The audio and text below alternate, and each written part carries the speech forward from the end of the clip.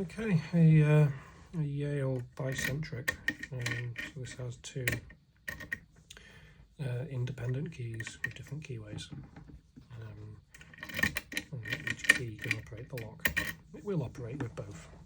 This key doesn't fit in that keyway, however. It will operate with both keys inserted, but you don't need them. And I wrongly assumed when I saw this lock on eBay that it was going to be dual custody, so that both keys had to be present for the lock to operate, and that is just not the case.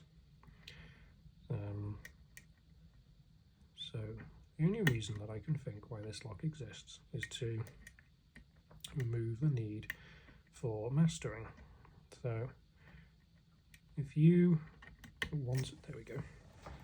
So that side is open.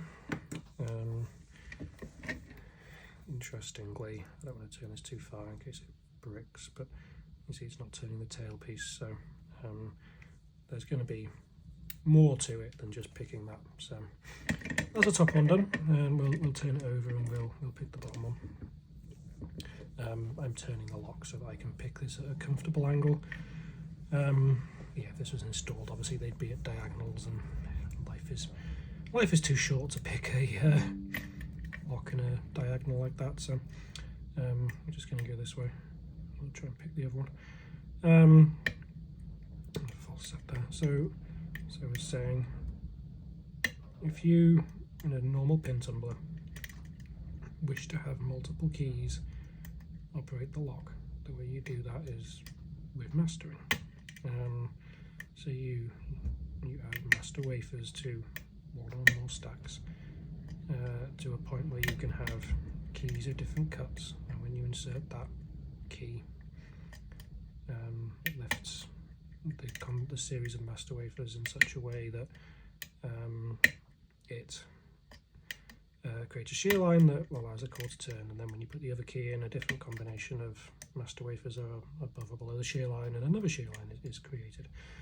And that alters picking resistance a little bit, right? Like it makes the lock slightly easier to pick. Just overset something. Let's try picking the other way. So I should talk less and pick more, because when you're trying to concentrate on what you're saying, you ignore the jiggle test, and yeah, then the easy lock becomes harder to pick.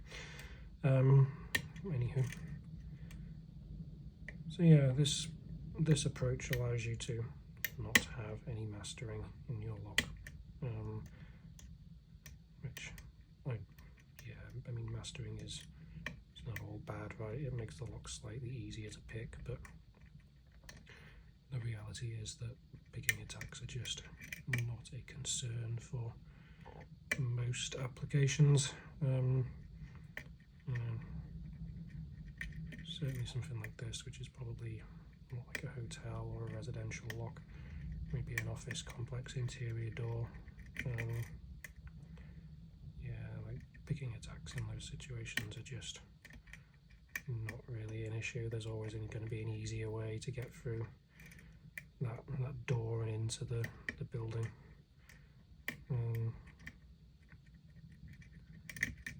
Well, this is interesting. Everything feels set, so we'll probably overset some. There we go. So to drop a slight overset on pin 1, and then that's that one opening as well. As I opening, the core is turning, the lock is picked, but like these at the back are not turning, so somewhere in there is going to be a mechanism that the key has to be present to engage something and cause that to turn, right? It's probably the key just protrudes out the back and turns one of these dials, which this is an interesting observation, and I'm fairly sure means there's a vulnerability in this lock. So we can turn the tailpiece without turning the core, and picking the core does not turn the tailpiece, yet when the key is present, the tailpiece turns. It means something in this key is protruding in such a way that it's engaging this tailpiece, and yeah, turning the tailpiece, which is disconnected from the core. So I have a suspicion that with something like a Eurofum turn bypass tool, you could just reach down there and directly turn the mechanism at the back. And if I find a tool that will let me do that, I will record another video. But for now, yeah, it's the Yale Bicentric. So as I'll show you with both keys inserted, it does. You can still operate it. The lock will still operate. There will be a point where they interfere with each other, and I don't know if that is enough rotation on this tailpiece to let whatever lock behind this open. I don't know American locking systems.